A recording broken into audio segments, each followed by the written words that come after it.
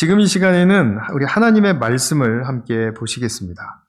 시편 19편 7절부터 11절까지 그리고 14절 함께 보시겠습니다. 제가 봉독하겠습니다. 주님의 교훈은 완전하여서 사람에게 생기를 북돋우어 주고 주님의 증거는 참되어서 어리석은 자를 깨우쳐 준다. 주님의 교훈은 정직하여서 마음에 기쁨을 안겨주고 주님의 계명은 순수하여서 사람의 눈을 밝혀준다. 주님의 말씀은 티 없이 맑아서 영원토록 견고히 서 있으며 주님의 법규는 참되어서 한결같이 바르다. 주님의 교훈은 금보다 순금보다 더 탐스럽고 꿀보다 송이꿀보다 더 달콤하다.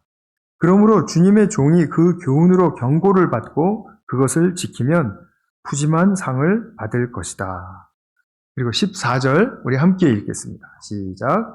나의 반석이시오 구원자이신 주님, 내 입의 말과 내 마음의 생각이 언제나 주님의 마음에 들기를 바랍니다. 아멘.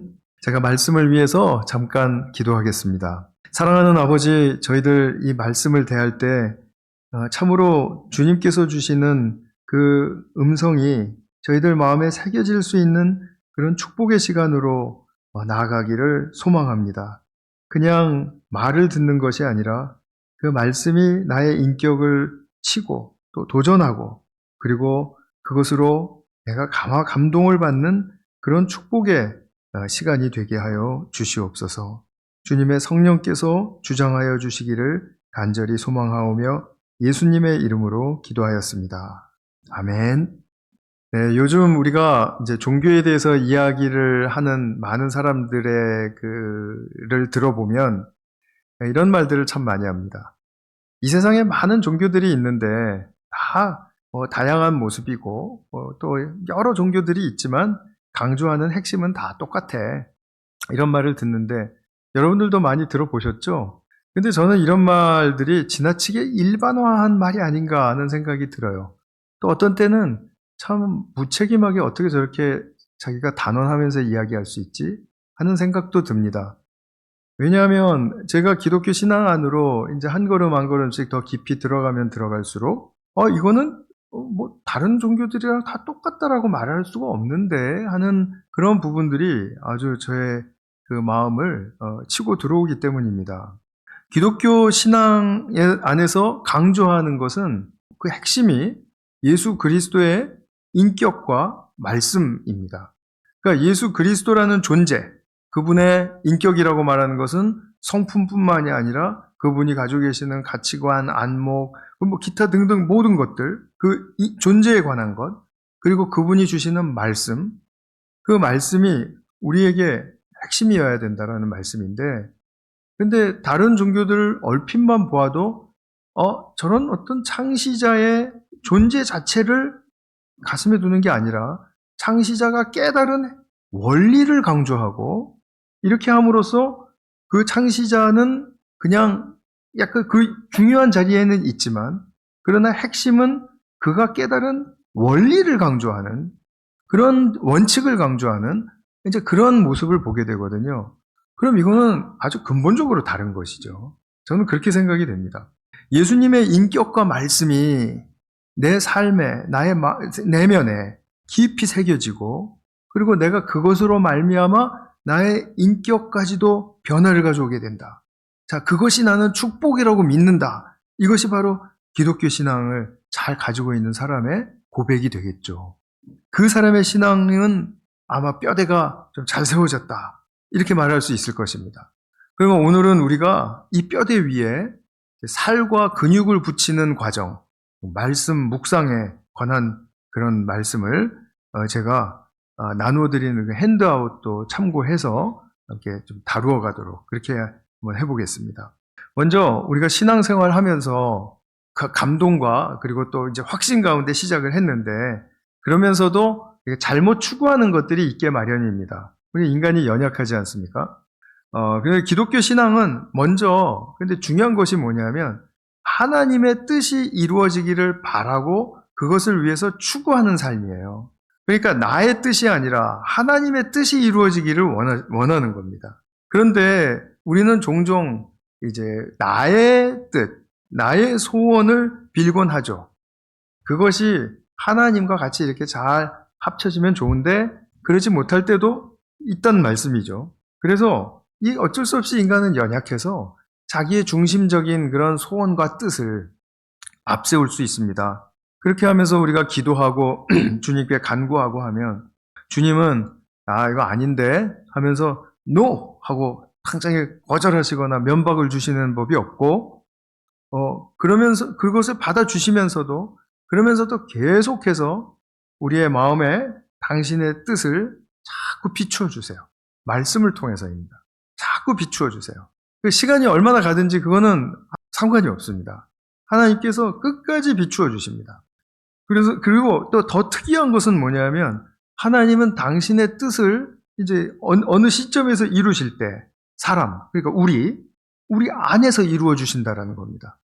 하나님께서 내가 원하는 것과는 생뚱맞은 어떤 자기 중심적인 뜻을 구하고 있고 소원만 올려주고 있으니까 내가 안 되겠다. 내가 다른 데 가서 내 뜻을 딱 이루어가지고 딱 보여줘야지 하시는 그런 것이 없고 하나님은 항상 우리와 함께 당신의 뜻을 이루어 가시고 우리 안에서 이루시기를 원하시고 또 우리를 통해서 역사하기를 너무나 바라세요. 그래서 결국은 우리가 하나님의 뜻을 이루는 삶이 될 수 있도록 그리고 하나님의 뜻을 이루는 데 동참한 존재가 될 수 있도록 우리를 높여주시는 방법입니다. 그래서 주님은 항상 당신의 뜻을 우리 안에서 이루신다라는 것을 좀 기억해 주시면 좋겠습니다. 포기하시지 않습니다, 하나님. 그렇다고 우리를 그냥 다구치거나 야단치거나 그러시는 법도 없고요. 어저께 이제 새벽 예배에서 우리가 다룬 본문이 여호수아서 21장 마지막하고 22장 초반부였는데 이것이 말씀해주는 그 내용이 뭐냐면 이스라엘 백성들이 가나안 땅에 들어가서 전쟁을 다 잘 마치고 가나안 땅을 정복하게 된 것입니다. 이 가나안 정복이라는 그 사건이 하나님이 이미 그 500년 전에 주신 그 믿음의 조상들에게 주신 약속의 성취였었습니다. 그러니까 하나님께서는 아브라함과 이삭과 야곱에게 이 땅을 너희 자손에게 주겠다라고 약속하신 것이 바로 기록된 그 이야기가 바로 어저께 새벽 예배 본문이었거든요. 그러면 우리가 너무나도 명확하게 볼 수 있죠. 하나님이 주신 약속이 잊혀지지 않고 계속해서 그들의 전통 속에서 노예살이를 하는 중에도 400년 동안 흘러내려오다가 결국은 당신이 딱 세워놓으신 그 믿음의 조상의 후손들, 가나안 1세대들과 함께 그 약속을 성취하시는 거예요. 그리고 그들 안에서 성취하시는 것이고 그들을 통해서 성취하시는 것이고 얼마나 하나님이 정말 좋은 의미로 집요하시고 그리고 그것을 끝까지 이루어내시는 분이십니까? 그런데 성경에 이러한 사건은 그냥 한 번 또는 특별하게 몇 번 나오는 게 아니라 계속 이 패턴은 반복되고 강조됩니다. 하나님의 어떠한 부분을 우리가 잘 이제 보셔야 하는지를 제가 좀 말씀을 드리고 있는 것입니다. 하나님은 이러신 거죠. 자, 선하고 완전한 뜻과 계획은 내가 세울게. 그런데 우리가 함께 이루어가자. 나의 뜻에 동참해 줄 수 있겠어? 하는 그런 하나님의 말하자면 요청이 있고 또 좀 더 좀 로맨틱하게 얘기한다면 우리에게 사랑의 고백을 하시는 거예요. 나와 사랑하는 관계가 되어서 이것을 우리 같이 이루어가자. 라는 그런 하나님의 구애세요. 그래서 기독교에서는 우리가 이렇게 하나님의 뜻이 사람 안에서 이루어지는 것이 사람에게 가장 큰 축복의 길이다. 이것이야말로 우리가 그냥 바랬던 것이 이루어지는 것 훨씬 이상으로 정말 하나님은 이것이 바로 인간에게 가장 큰 축복의 길로 주시는 것이다. 최상이다. 라는 것과 동시에 또 하나는 이것이 바로 하나님께 가장 크게 영광을 돌리는 길이다. 이거 맞물려 있습니다. 그러니까 사람을 떠나서 하나님께 영광 돌리는 법이 없고 사람이 하나님께 영광을 돌리겠다고 결단을 하고 하나님의 뜻을 추구하고 하나님의 뜻이 우리 안에서 이루어지는 것은 가장 하나님께 크게 영광을 돌리는 길이다라는 사실을 우리는 분명하게 확신할 수가 있겠죠. 이것을 믿고 따르는 사람들을 기독교인이라고 부르는 것이고요. 이것이 바로 기독교인의 신앙이에요. 그러니까 이 기독교 신앙을 또 더욱더 확고하게 다져주고 또 그것이 결코 변하지 않도록 정말 모든 조건을 완벽하게 조성해 주시는 길이 예수님을 보내주신 것이었습니다. 예수님을 보면 이 길은 정말 너무나 유일하면서도 확고하군요. 우리가 당장 고백해 드릴 수가 있죠. 그런데 이제 이것이 바로 이루어지기 위해서는 우리가 하나님의 말씀을 접해야 돼요. 말씀을 들어야 되고, 말씀을 새겨야 되고, 말씀을 깨우치고, 말씀대로 살아가려는 일련의 노력이 우리에게서 계속해서 반복이 되어야 됩니다. 그럼 우리가 만나는 그 말씀, 이제 매일 우리가 말씀을 만나야 할 텐데, 그 말씀이 우리에게 주는 유익이 무엇인가, 축복이 무엇인가, 그것을 오늘 본문이 잘 말씀해 주고 있습니다. 세 가지만 추려서 보면요. 7절에서 사람에게 생기를 북돋우고 어리석은 자를 깨우쳐준다. 생기를 북돋운다. 가라앉아 있고 또 부정적으로 보고 피해가고 싶고 그리고 도망가고 싶고 한 이런 우리의 삶에 처져 있고 가라앉은 모습들에게 능동적으로 생기를 북돋워 주신다. 그리고 어리석은 자를 깨우쳐 주신다. 여기서 어리석다라는 말은 foolish라는 말이 아니고요. stupid하다라는 말이 아니고 이런 겁니다. 너무 단순하고 순진해서 어떤 말이든 들으면 이렇게 딱 잡을 수 있는 그런 것을 이야기해요. 그러니까 어리석다라는 말이 조금 좀 안 어울리는 것 같아요. 잠언에도 어리석은 자라고 이렇게 표현이 많이 되어 있거든요. 근데 어리석다기보다는 너무 순박한, 천진한 이런 말로 좀 표현을 하면 어떨까 싶습니다. 그래서 뭐든지 이렇게 잡히는 대로 잘 빠지는 것. 지혜를 붙들면은 이제 축복으로 가고, 악인의 말에 귀를 기울이면은 아주 그냥 또 일련의 타락의 길로 가고 하는 그런 이제 성향을 이야기합니다. 또 두 번째로 마음에 기쁨을 준다. 기쁨이라는 건 항상 생명의 힘이다. 그죠? 생명의 힘이 바로 기쁨이다. 이것을 말씀드리고 있죠.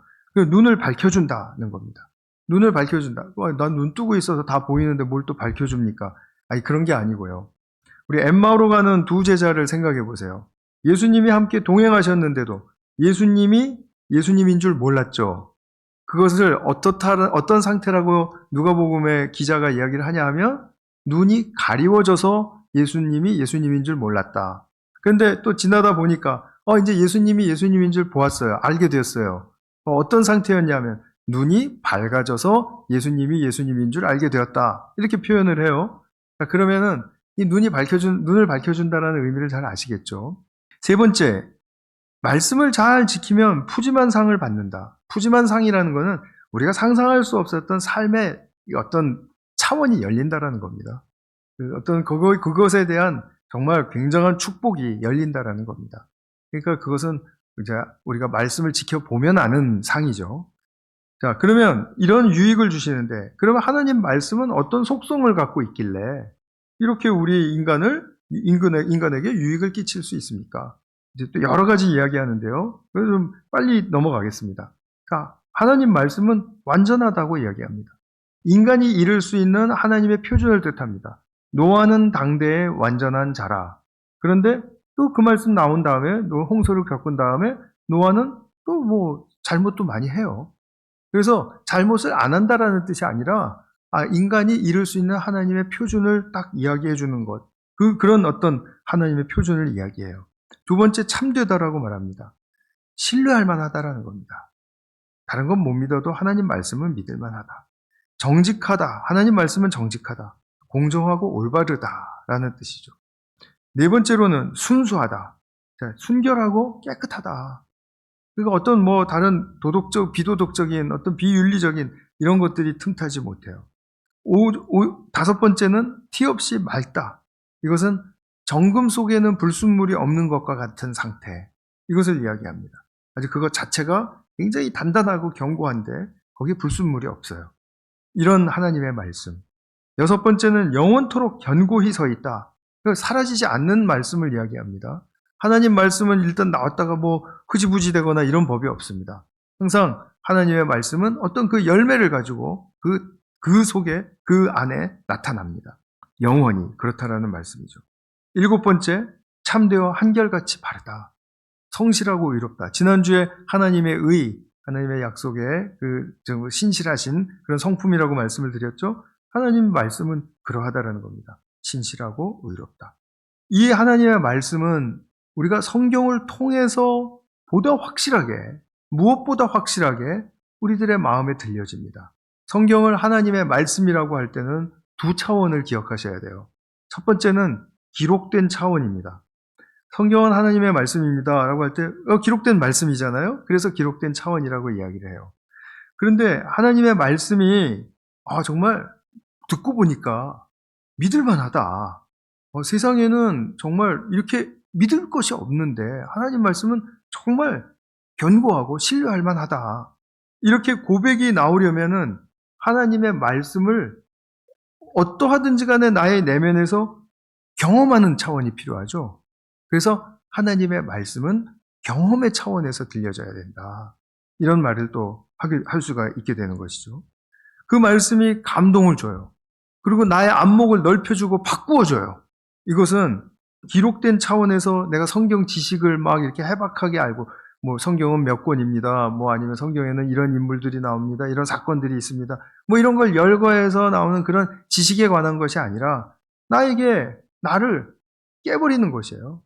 나를 또 세워주는 것입니다. 그래서 나의 눈이 달라지게 하고 나의 태도가 달라지게 하고 그렇게 하는 경험의 차원에서의 말씀, 이것이 우리가 정말 필요한 그런 차원이라고 말할 수가 있겠죠. 그래서 하나님의 말씀은 내게 힘을 주기를 원하시고 또 깨우쳐 주기를 원하시고 기쁨, 생명의 힘을 부어주시기를 원하십니다. 그러면 이제 우리가 이제 좀 한 가지 짚고 넘어가야 할 것은 설교도 이제 하나님의 말씀이라고 이제 이렇게 붙어 있는데요. 물론 넓게 보면 뭐 그렇게 말씀하실 수 있지만 설교는 엄밀한 의미로 성경 본문이 주어지면 그 본문에 나타난 하나님, 그리고 예수님, 그리고 그래서 또 하나님의 여러 계획이나 방법이나 이런 것들에 대해서 해설을 해주는 것입니다. 그래서 그 본문 속에서 청중이 그것을 참고해서 스스로 하나님 말씀에 더욱 귀 기울이고 청종하도록 돕고, 그리고 나를 향하신 하나님의 뜻을 알고자 씨름하도록 도전하는 것입니다. 설교는 그것이에요. 그래서 설교 자체가 하나님의 말씀이라고 엄밀한 의미에서 말할 수 없습니다. 하나님의 말씀을 듣게 하기 위한 도구입니다. 여기서 그 차이를 아시겠죠? 그래서 설교는 우리 개인적으로 이렇게 말씀을 대할 때 하나님의 말씀에 반응할 수 있도록, 인격적으로 반응할 수 있도록 돕는 아주 중요한 도구예요. 그래서 많은 사례들도 이야기해드리고 또 이렇게 마음에 또 어떤 자세를 가지고 또 어떤 열림을 가지고 또 어떤 편안함을 가지고 하나님의 말씀을 대해야 하는지를 자꾸 이렇게 독려해드리고 그리고 격려해드리는 거죠. 우리 교회에서는 보면 일주일에 주일날 한 번 있죠. 또 토요일날 새벽에 또 말씀 있죠. 또 디모데는 또 디모데까지 하면 금요일날 또 있죠. 또 화요 성서학교 있죠. 이렇게 해서 3번, 4번 이렇게 하나님의 말씀을 어떻게 들을 것인가, 어떻게 받을 것인가 독려하고 격려해주는 그런 시간을 이제 소중하게 여기고 참여를 하시면 그게 1년, 5년, 10년 이렇게 쌓인다고 생각을 해보십시오. 얼마나 많은 내용과 얼마나 많은 그런 그 하나님에 대한 진짜의 그 나의 경험할 수 있는 지식들이 많이 쌓이게 되겠습니까? 굉장히 중요한 것이죠. 그래서 이것은 이제 공동체적으로, 설교는 공동체적인 것입니다. 근데 그 말씀을 이제 개인적으로 묵상하는 시간이 또 필요하다는 것입니다. 자, 오늘 본문 말씀 우리가 이제 공동체적으로 시편 19편 말씀 보셨잖아요. 그런데 이것을 이제 집에 가셔서 또 펼쳐 놓으시고 그리고 이제 그것을 또 내 나름대로 묵상하는 시간을 갖는다면 그것은 더 말할 나위 없이 정말 말씀에 반응하시는 성도님들이 되신 겁니다. 그래서 이런 말씀을 이제 개인적으로 묵상하는 시간이 필요하고 또 이것이 반드시 있으면 정말 반드시 있어야 된다라고 저는 생각해요. 이게 옵션은 아닙니다. 그래서 우리 교회에서는 이제 여러 해 전부터 말씀 묵상 가이드를 이렇게 해서 잊혀질만 하면 이제 100부씩 카피를 해서 앞에다 내놓고 말씀 묵상하는데 참고해 주세요 하고 했는데 또 이제 제가 이거를 꺼낼 시간이 된 것 같습니다. 그래서 우리 말씀 묵상 가이드를 이제 하나씩 받으셨을 텐데요. 우리 교회에서는 이제 말씀 묵상을 위해서 매일 성경이라는 교재를 사용합니다. 성서 유인위원회에서 이제 발간한 것인데 이게 굉장히 좋은, 굉장히 간소하면서도 그 방식이 간소하면서도 굉장히 이렇게 요점을 잘 찝어서 안내해주는 그런 아주 굉장히 좋은 교재라고, 탁월한 교재라고 저는 믿습니다. 저도 뭐 수십 년째 지금 매일 성경 하고 있는데, 근데 이 성서 유인위원회에서 나오는 것은 이 전 세계적으로 지금 확산되어 있는 이 매일 성경인 거예요. 그러니까 이거는 우리만 하는 게 아니라, 우리나라 사람들만 하는 게 아니라 전 세계적으로 이제 퍼진 나라에서는 다 이것을 많이 사용해서 하고 있습니다. 매일 일정한 본문이 주어져요. 매일. 그런데 그렇게 길지 않게, 물론 구약을 할 때는 좀 긴 본문도 있습니다만 주로 이제 짧아요. 뭐 10절에서 20절, 기껏해야 뭐 25절, 30절. 그러면은 그것을 우리가 대하는데 그렇게 부담스러운 양은 아니죠. 그죠? 근데 이제 제가 이제 매일 성경을 가지고 말씀 묵상을 한다라고 이제 가정을 하고 한번 시작을 해보겠습니다. 그 말씀 묵상 가이드는 그 매일 성경에서 제가 이제 뽑아내서 이렇게 다시 이렇게 한번 재구성을 한 겁니다. 그러니까 한번 이것을 위해서 한번 실전에 들어간다 생각하시고 한번 해보도록 하겠습니다. 자, 이제 말씀이 주어졌습니다. 오늘 이따가 이제 요한복음 1장 1절에서 5절을 보실 텐데 이 말씀이 이제 폈어요. 이제 아침에 책상 앞에서 이제 말씀을 이제 열었습니다. 그러면은 그냥 다짜고짜 이렇게 말씀을 보는 게 아니라 조금 좀 준비한 시간이 필요하겠죠. 한 1, 2분 정도? 근데 1번에서 이 준비하는 시간 속에서 제가 4가지 힌트를 좀 드리겠습니다. 4가지 힌트는 뭐냐면 첫 번째로 나는 오늘 하나님을 이 말씀을 통해서 인격적으로 만나고 싶은가 확인하시라는 거예요. 아, 주님, 저 오늘 하나님 말씀 통해서 주님을 만나고 싶습니다. 얼마 안 걸리겠죠? 자, 2번째로 넘어갑니다. 그런 다음엔 자, 오늘 제가 지금 읽을 이 말씀이 나의 내면에 좀 들릴 수 있도록, 흡수될 수 있도록 도와주십시오. 그래서 나의 인격과 나의 행동에 도전이 되도록 하나님 역사해 주세요. 하나님께 내어드리는 거죠. 이것도 얼마 안 걸리겠죠? 한 10초, 15초? 그리고 3번째로는 자, 이제 말씀의 세계로 들어갈 때 나의 삶이 지금 요즘 삶이 좀 두렵기도 하고 또는 황당하기도 하고 또는 뭐 질병 때문에 좀 어렵기도 하고 또는 뭐 우울하기도 하고 뭐 그렇습니다.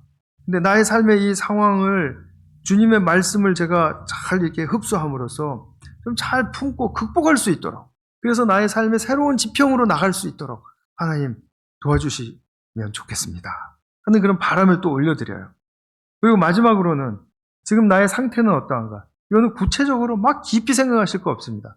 나의 아침에 일어나서 묵상을 하신다면 아침에 일어났을 때 우리 날마다 자신의 무드가 다르다는 것 인정하시죠? 어떤 때는 막 랄랄룰루 괜찮은데 어떤 때는 굉장히 다운되고 힘들고 어떤 때는 걱정부터 막 쳐들어오고 어떤 때는 또 막 할 일에 바빠서 마음이 굉장히 조급하고 자기의 컨트롤 영역을 벗어난 그런 생각들이 내 속으로 막 쳐들어오거든요.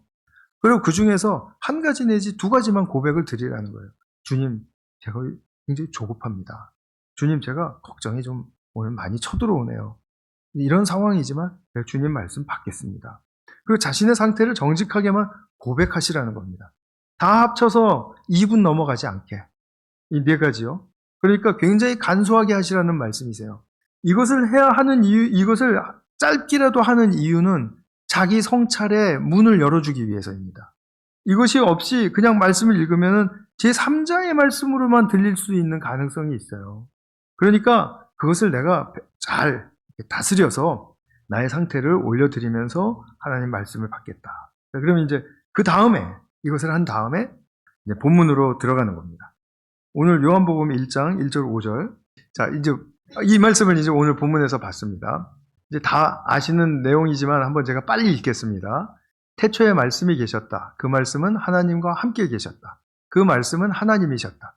그는 태초에 하나님과 함께 계셨다. 모든 것이 그로 말미암아 창조되었으니 그가 없이 창조된 것은 하나도 없다. 창조된 것은 그에게서 생명을 얻었으니 그 생명은 사람의 빛이었다.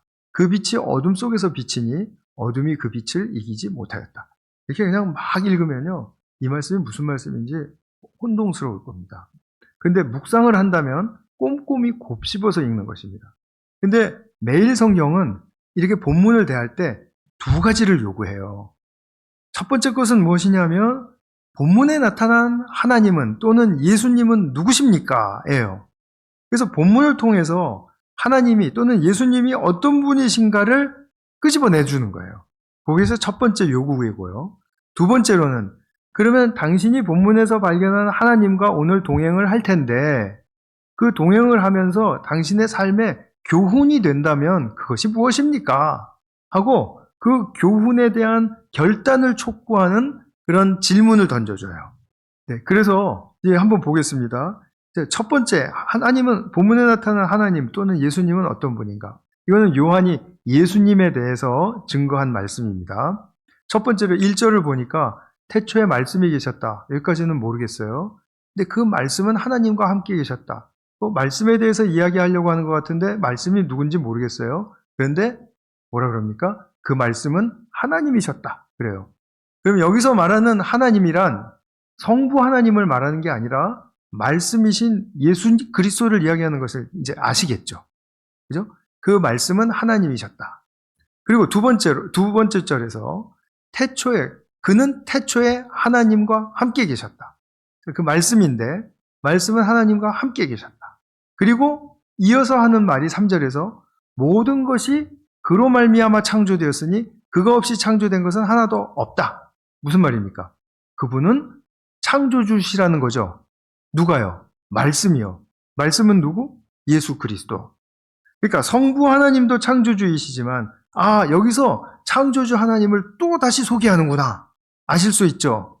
그리고 그 창조주이신 그분, 말씀은 그에게서 이제 생명을 얻는다. 창조된 것은 생명을 얻는다. 자, 다시 말하면 생명을 주시는 분이다.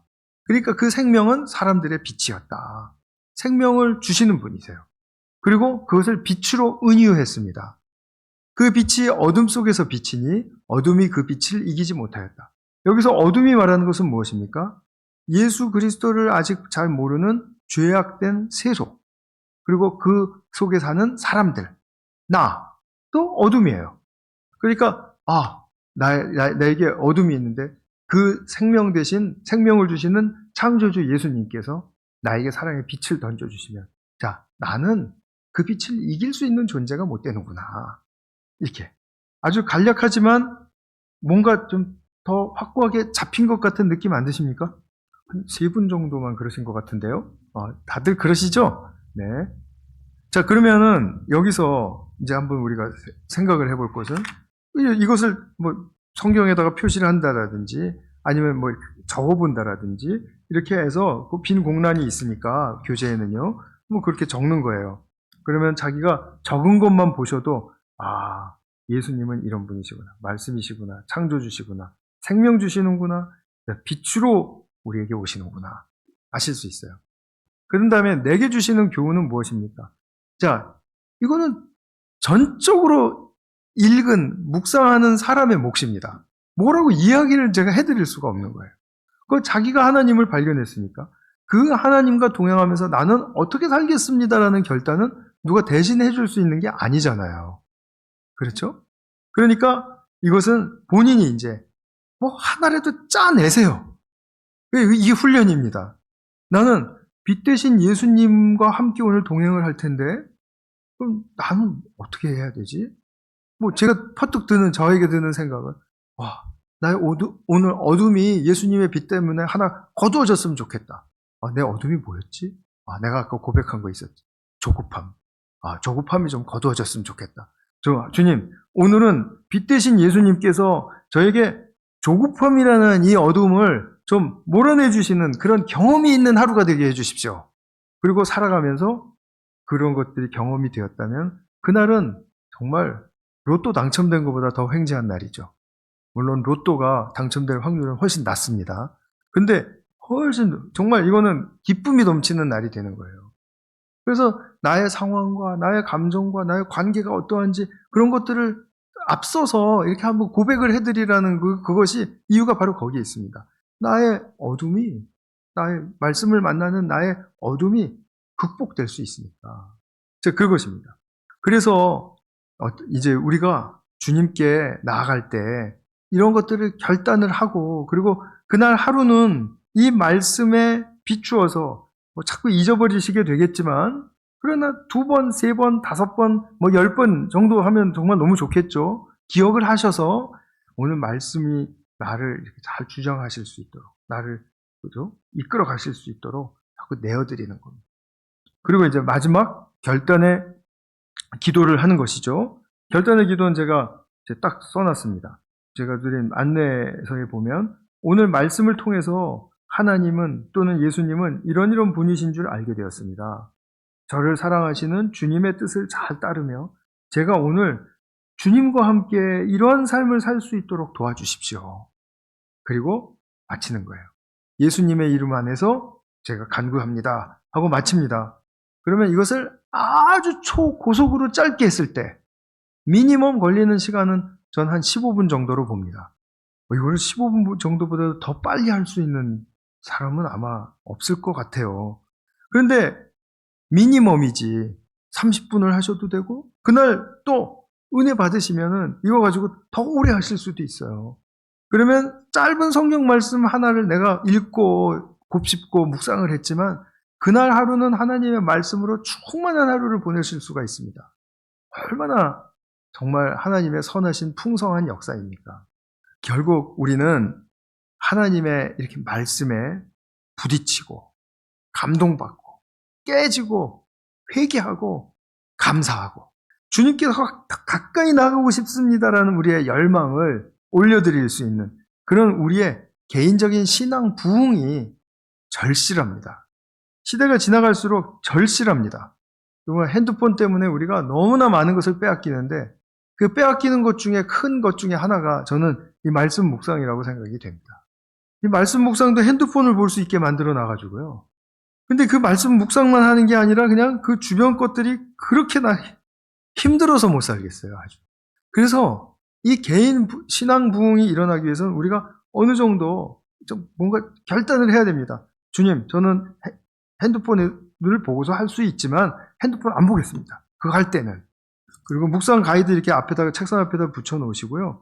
빈 종이에다가 이렇게 쓰시든지 아니면 교재를 사셔서 교재에다가 기록을 해 두시면은 그것이 쌓이잖아요. 이렇게 많이 쌓여갑니다. 그러면 나의 묵상 집이 되는 거예요. 근데 그것이 6년을 하지 않습니까? 매일 성경으로 6년을 하면 성경을 꼼꼼하게 한 단락씩 다 묵상한 그런 결과를 가져와요. 그럼 6년만 사실 겁니까? 아니죠. 12년 사셔야죠. 2번. 18년 더 사셔야죠. 3번. 이렇게 해가지고 6번 하면 30년 동안. 그러니까 말씀 묵상을 어떻게 우리가 꼼꼼하게 이 2000페이지 되는 책을 묵상을 그렇게 섬세하게 할 수 있겠어요. 이게 말씀 묵상의 이 축복이라는 것이 사실은 가져오는 결과가 어마어마합니다. 그러면은 성경을 그냥 읽는 것도 한 번 읽는 것도 힘든데 이걸 다 내가 묵상을 했다. 그럼 무엇을 묵상했는지 사실 기억은 안 나겠죠. 그러나 묵상을 했다라는 것이 콩나물 시루에 물을 주듯이 이렇게 하는 것이면 나의 영혼은 자기도 모르는 사이에 하나님을 향하여 더욱더 가까이 가 있고 하나님께 더 합당한 존재로서 살아가고 싶은 그런 내가 되어 있는 것이죠. 이것이 중요합니다. 그래서 이것을 말씀 묵상을 꼭 하셔야 된다라고 말씀을 드리고 싶은데 강요는 없으니까 우리 사전에 강요란 말은 없으니까 이것을 좀 어떻게 해보십시오. 그냥 어떻게 그냥 저는 권면을 드리고 강력하게 격려를 드리는 바입니다. 이 시대의 신앙을 지켜주는 것, 우리의 신앙을 잘 지켜주는 것은 공동체적으로는 예배와 교제입니다. 이 두 가지는 빠질 수가 없어요. 그런데 여기에 하나가 더 붙어야 돼요. 삼각형에 세 꼭지점이 있으면 삼각형을 형성하듯이 하나는 개인적인 차원에 있을 때 말씀 묵상입니다. 말씀 묵상으로 비롯되는 기도, 말씀 묵상으로 비롯되는 또 성경 연구, 말씀 묵상으로 비롯되는 또 말씀의 나눔, 이런 것들이 말씀 묵상이 기초입니다. 기도를 위해서도 말씀 묵상이 기초입니다. 그렇기 때문에 말씀 묵상, 되든지 안 되든지 하여튼 한다. 하나님의 은혜는 아직 저를 지켜주고 계십니다. 그래서 우리는 끝까지 이 말씀 묵상을 포기하지 않고 하실 수가 있습니다. 그래서 정말 이 말씀 묵상에 헌신하는 우리 성도님들이 되시기를 바라는데요. 이 말씀 묵상을 하실 때 큰 열매를 경험하실 수 있는 우리 정말 성도님들 되시기를 축복합니다. 기도하겠습니다. 사랑하는 주님, 감사합니다. 하나님의 말씀은 정말 너무나도 우리에게 순결하고 완전하고 그리고 그것이 주는 능력이 있습니다. 주님, 그래서 저희들은 그 말씀에 감복하고 그리고 또 말씀을 깨우치고 또 말씀에 도전받아서 우리의 삶이 매일매일 한 걸음씩 이렇게 나아갈 수 있는 것은 우리에게 얼마나 큰 축복인지 알 수가 없습니다. 주님, 이 말씀 묵상에 정말 귀한 열매가 우리 성도님들 각 개인적인 삶 속에서 풍성하게 열릴 수 있도록 축복하시고 또 함께 인도하여 주시옵소서. 주님, 그래서 주님의 뜻을 이루어드리는 정말 최고의 복된 우리 성도님들 될 수 있도록 인도하여 주시옵소서. 우리 구주 예수 그리스도의 이름으로 기도하였습니다. 아멘.